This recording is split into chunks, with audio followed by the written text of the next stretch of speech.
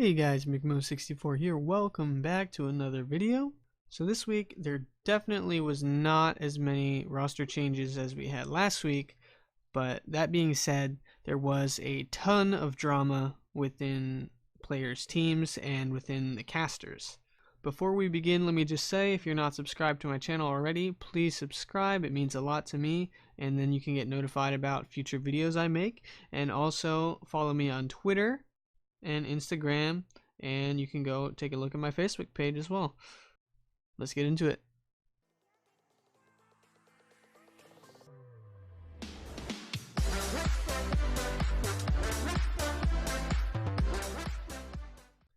So out of the player drama, it's basically all from Triple Trouble. So there's a lot of information regarding Triple Trouble, so I'm just going to try to go by date as it came out. They said on July 29th, roster announcement, Ronicky has left the roster as of July 29th, and Tadpole assumes captaincy of Triple Trouble. And down here you see Jesse says, I guess Cassio's back on the roster.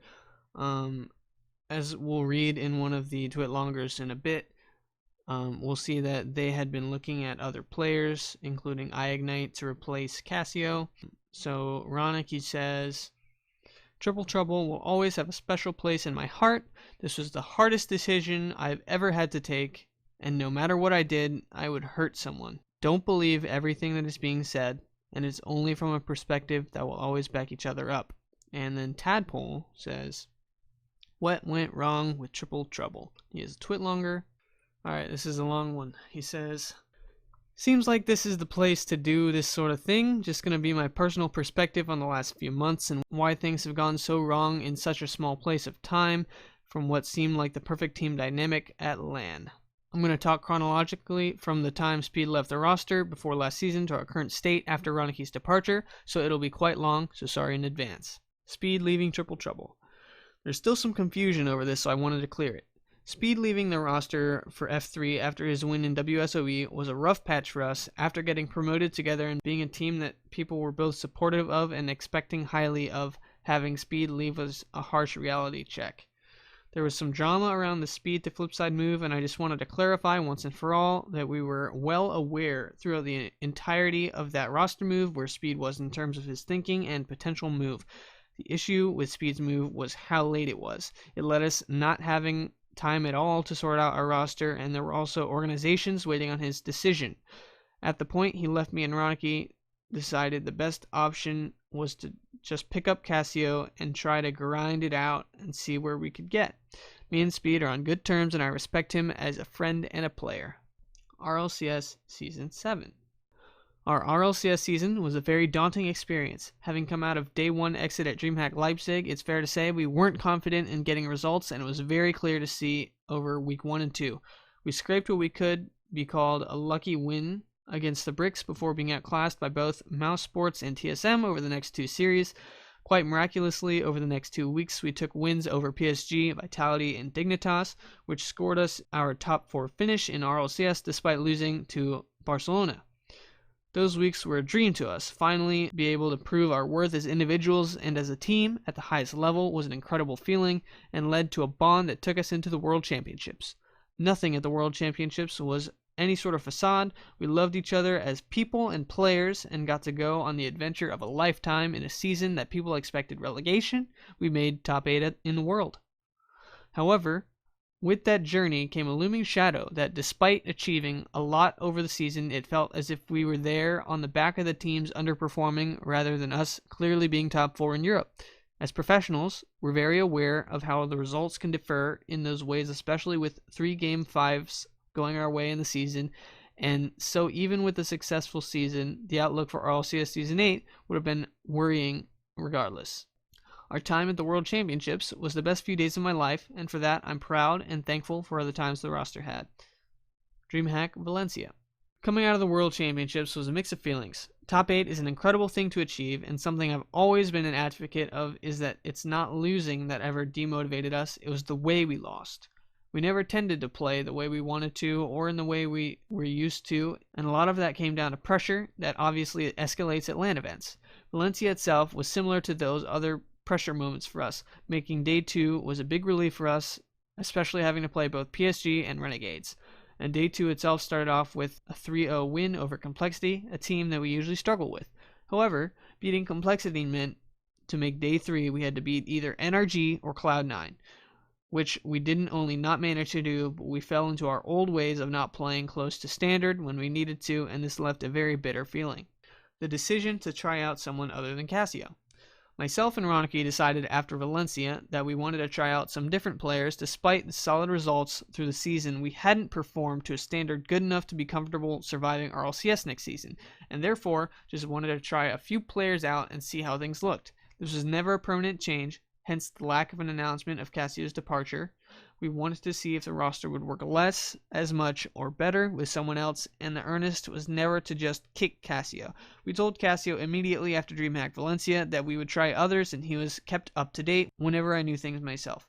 However, it's very important to realize that as a roster, myself and Ronicky did agree that we couldn't find another way around improving the issues we had than having a fresh start at it. We tried out with iIgnite, as people saw, which led to an awful DreamHack Montreal qualifier, but of which none or very little blame could be put on iIgnite, and it was just a bad day overall, and we were still excited to play Beyond the Summit alongside with him. Ronicky's departure from Triple Trouble. As of the 9th of July, the same time we decided to try other third players, Ronicky messaged me saying he wanted to be completely transparent with me and that Dignitas were going to try him out. He asked me if I was okay with him doing scrims with them, and I was obviously supportive and said that I would never stop him trying out with other teams, especially as they have organizations that we clearly don't. As of Astral's signing permanently with Dignitas, everything was in the clear, and this was the same time BTS sent us the invite for the event in LA, so we were happy to progress. Ronicky then told us that TSM wanted to try him out, as they needed a player from Montreal. He was very quick to clarify that this would only be for the event and not for RLCS Season 8, and therefore, again, at this point we had zero need to worry of our roster changing. As of the 27th of July, Saturday, I heard from an outside source that Ronicky was doing scrims and trying out with another team, and that his permanent move would likely be in the next day or two. From nothing to immediately leaving. This was a bombshell we were really not prepared for if he was to leave, especially with the lead up to BTS.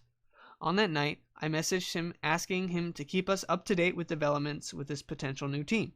Despite him not even mentioning it, I was happy to look past it as long as we knew what was going on for both Speed and Ronicky's roster moves. I encouraged them to try out and further their careers if they had the opportunity. As of Saturday night, Ronicky apparently had no idea what was going on with the team he was trying out with, which is fair enough. Most rosters have confusion like that. Immediately from there, I heard on the Sunday night, the 28th, that the move was going through and that Ronicky had already signed the contract. I asked again if he had any news from the team. Then we get to this morning's events, where Ronicky finally informed us that he had already taken the contract to sign with the new team. I want to again clarify that I would have taken the offer that Ronicky had, and if he had told me, I would without a doubt had encouraged him to take the offer and wished him luck with his new team. He's a friend of mine and has been since we became teammates all that time ago. In Ronicky's paragraph to us, he said that he can't remember the last time I got some actual credit for playing well, and this is the first thing I want to address. Ronicky, to the surprise of absolutely nobody, has been seen as this team's star player for well over a year. This one comment was actually laughable. Ronicky, your biggest supporters have always been your teammates. I've always recognized how good a player you are, as does everyone else, and yet again, playing this victim card that you have is incredibly stupid. Not only that, if you want to see yourself as the so-called captain, this should be the complete opposite. I should be here complaining that you don't praise me enough. That is childish, and you know it. The only thing I ever wanted from you in these last few days was information. For you to believe that those around you genuinely had anything against you is either you lying to yourself or stupid. You just told my girlfriend that you'd have told me earlier if you were not scared of being immediately kicked from the roster. I was the one who encouraged you to take this opportunity. If you're that worried after 18 months of being on a team that I'd have that little understanding, that is your problem, not mine. There was no bigger supporters of your career than myself and Dion. We supported you in anything we've ever done. I adapted my entire playstyle over 18 months to allow you the striker role you were so desperate for. We both said we were here for you when your father passed. I sat at a random bar in Leipzig with a crying Melina and told her everything would be okay. It was me that walked into the metro station with you in Valencia, assuring you we'd have better days. You hugged my family at Worlds, who were incredibly proud of you. You have been nothing but family to us. You always have been. Go to Barcelona, and I wish you the best there, but don't even dare to thinking that myself and Dion are a reason for you leaving. There is nothing more we could have done for you and your career. You said on Twitter just now that Triple Trouble will always have a special place in your heart. I have no doubt that's true, but if it is, we deserve better from you, both as your teammates and as your family. Before I end this off, you still owe me my money from the play that we won almost a year ago, also the apartment money from Valencia that I have been chasing up for months. Thank you for the good times. Good luck at your new team. Iwan. I don't know if I pronounced that right. From Dion. I thought I'd have to write my own tweet longer, but having read this through, this basically speaks my mind. As I know, Ronicky, or at least people close to him, will read this. I'll leave it with a personal message, as Tad has echoed my thoughts on the rest of this situation. The reason why I've shown visible frustration through multiple mediums, Discord, Twitter, etc., is due to the nature of this incident. I won't be blamed for supporting someone for 18 months only to be lied to my face about this situation. Ronicky, you know full well that we advocated for you to trial with other teams when you had the offers. I never cared as long as we were kept up to date. However, the fact that you found out through 7 people that you were almost certain to leave us for Barcelona, despite you saying just this week you didn't want to lock the roster of Tadpole, Ignite, and yourself as you wanted to try out other players, is the reason I'm angry. This is and was a blatant stall on us locking our roster despite being kept in the dark by you about your trials, and for that I will never forgive you.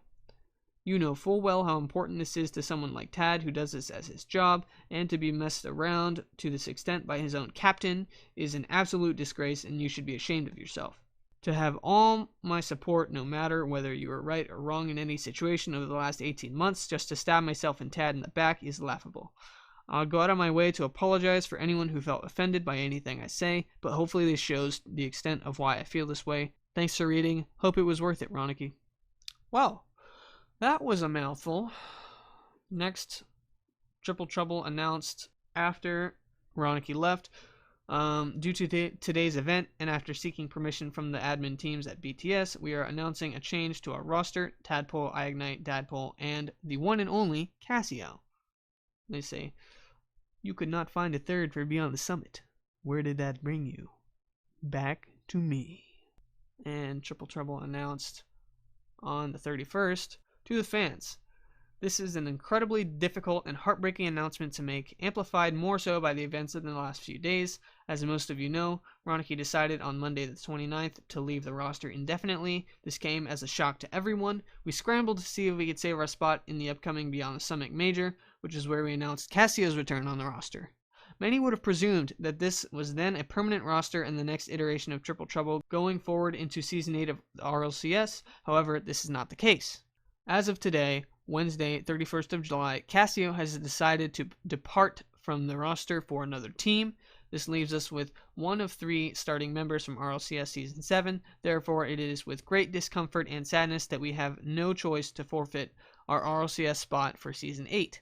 Triple Trouble has been a name around Rocket League Pro scene for nearly 2 years, with 5 different players taking part in the main body of RL Esports, forming some incredible memories and even better stories. Unfortunately, this is the end of the story. Thank you to everyone who supported us through the good and the bad. We hope we did you proud. Yours sincerely, Tadpole and Base. And Tadpole tweeted, I've spent 3 years of my life trying to make something of myself in Rocket League. In the space of 2 days, I've had those 3 years turn to absolute nothing. I can't even describe how broken I am, and I have no idea where I go from here. I'm sorry. And we see on Wikipedia that Ronicky and Cassio both left, along with Steve, on July 9th. So, Triple Trouble is now forever done with Rocket League Esports. And then BTS Rocket League announced, in light of recent events, Dignitas will be replacing Triple Trouble as the final team at Rocket League Summit. Excited for Violent Panda, Yukio, and Astral to join us. Barcelona announced on July 29th, we have an announcement to make before the summer break. Today we say goodbye to Alpha 54 from our Rocket League squad. We want to thank him for his dedication and for being part of the team. We wish you all the best on your new journey. Thank you and good luck. Oh, and Alpha tweeted, want to thank Bluey and Devo for this past year. Has been an incredible experience and can't thank you guys enough for the opportunity you gave me a year ago. Thanks also to FCB Esports. Has been a pleasure. Can't wait to see what the future holds. On August 2nd, Barcelona announced, today we say goodbye to Roken. We wish you all the luck on your next project. And then they announced, we're proud to introduce our newest Rocket League player, Ronicky. Give Ronicky a proper welcome. And as we see on Liquipedia, Alpha left on the 29th, Roken left on the 2nd, and Ronicky joined. So now the current roster is Bluey, Devo, and Ronicky. Alright, let's take a break with these roster changes and let's go to the quick drama of the casters. So Stax tweeted out, negativity in our scene. He said, so tonight I'm in TeamSpeak with friends and all of a sudden Dazarin says he wants something quick to play, and I told him if he wanted something quick to play he could queue up an Apex, and he took it as an insult. But I genuinely meant he would win so fast because I admire his skills, and he thought I was insulting him, like I'm incapable of complimenting him. This is the kind of negativity I deal with on a daily basis, and I wish people like Daz would learn to think more positively. And then Dazarin tweeted my side of the story, the truth. He said, in response to the outrageous claims made by Stax yesterday, I will now share my side of what really happened that night. Earlier on in our TeamSpeak chat, I asked Cloudfuel and Stax if they wanted to play some games in Rocket League, to which Cloud replied, sure, in 1 sec. After waiting over an hour and both showing no signs of playing, I went to look for other games to play. I began to feel frustrated that I couldn't find a quick and fun game I wanted to play, to which Stax referred to his Apex comment. The reason Stax's claim is a lie is that earlier on in the day I played Apex with Jimmer. We got into a top 2 situation and I got into a 1v1 fight to win and lost. There was a 20-minute game, nothing quick about it. We were in TeamSpeak while playing when D-Pants asked, did you guys win? And before I replied, Stax answered, nope, and caused the entire chat to laugh hysterically at my failure. He wasn't even in our game. I knew that his suggestion to play a quick game of Apex was just a reference to my earlier defeat that he mocked just to get a laugh out of, and sadly I'm disappointed. I just want to say that I've known Stax for years now, and I can't believe he would do something like this, but it is what it is. This is a business, and we can't all be friends, I suppose. I would like to thank those who have supported me through this time, as I now see who my real friends are and who would believe the blatant and ironic accusations coming from Stax. Regardless, I still love you all the same. Thanks for reading. And then Stax put out another tweet longer, the final word. This is the last statement I'll have on my issues with Dazarin. After the E-Regs begged us to settle it in the DMs, we've talked it out and said all that needs to be said. You all can believe whatever you want to about who said what and who did this and that, but both Dazarin and I will be moving on from this, and we will try to set aside our differences. Maybe someday we can have a tier 1 friendship again. But for now, we stand united against the common enemy, concerned RL. In the words of the great combatant Goldberg, you're next. Honestly, I don't understand why people couldn't have just kept things like this private. Like, it just makes me, as a fan of Rocket League Esports, upset, and it doesn't help anybody. If you had just kept this in your DMs the whole time, the reputations of everyone involved wouldn't have been tarnished, and it wouldn't give a bad name to Rocket League Esports and you as people. Same for the Triple Trouble drama. I wish this hadn't have happened, but I'm just trying to give you guys the news as neutral as I can, both sides of the arguments. That's all for the drama, but let's just keep going with the roster changes. On July 29th, TSM Remco tweeted, TSM is looking for a sub for the upcoming RLCS season. Previous RLCS or RLRS and or LAN experience preferred. DMs open. And we see that TSM is still Remco, Ignite, and Metz and Norris, so no roster change has been initiated. On July 26th, Zen tweeted, leaving Renegades. He said, first off, I'd like to give a huge thanks to the Renegades org for being fantastic to be with. I felt very much at home with their hospitality in their new facility with a month-long boot camp in Detroit. Jeff and the rest of the staff are great to work with, and I wish them nothing but the best in their future endeavors. I hope to cross paths with you guys once again as to why things didn't work out. There were many personality clashes leading to decreased quality practice and worse results every tournament. It was an issue that could have been remedied, although there were many barriers in the way that the others and I couldn't overcome. I've learned a lot of things from this experience though, the main thing being not to let others make choices for me. Breaking away from going with the flow of things is the change I need to make if I hope to improve and bounce back.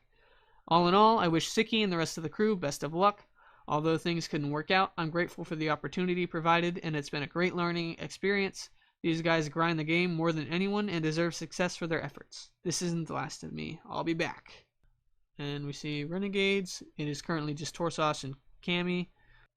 And if we look at the team Randy Gibbons, Corrupted G left on July 28th and their team disbanded, so Classics is not on a team. And Corrupted G joined a team called Plot Twist. It is Tarako, Mektos, and Corrupted G. That's all of the roster changes. So on just to some Rocket League news. Rocket League Esports tweeted, "Check your inbox. If you attended the Season 7 Rocket League World Championship, your in-game item is on the way. We've begun to send out the codes, but please be patient as emails are going out on a rolling basis. If it's not there soon, please check your spam folder." Honestly, these wheels look sick. I can't wait for them. Just like a general Rocket League announcement, Rocket League gets license approval in China. Rocket League has been approved for release in China on PC 2 years after developer Psyonix announced a partnership with Tencent to bring the game to the country. This comes a weekly update from Nyko Partners with Rocket League, one of the 24 titles approved last week in China, alongside 20 mobile games, 2 other PC titles, and 1 console title. In 2017, Psyonix announced a partnership with Tencent to bring the game to China as a free-to-play release. As of that announcement, the game has sold over 10 million copies across all platforms and over 1 million from its physical retail edition. An official release date for Rocket League in China has not yet been announced. So that's really great that Rocket League will be spreading further into Asia. And speaking of Asia, we have a tweet by 1NE Esports.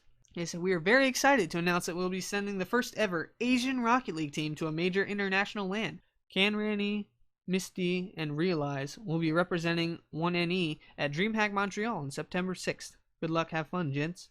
So that's really awesome to see another region coming into Rocket League Esports, further growing the scene. But that's all the news I have for you guys. Thank you for watching. Subscribe if you're not already. Comment down below what you guys think about all this drama that's been happening. And I will see you guys in the next one.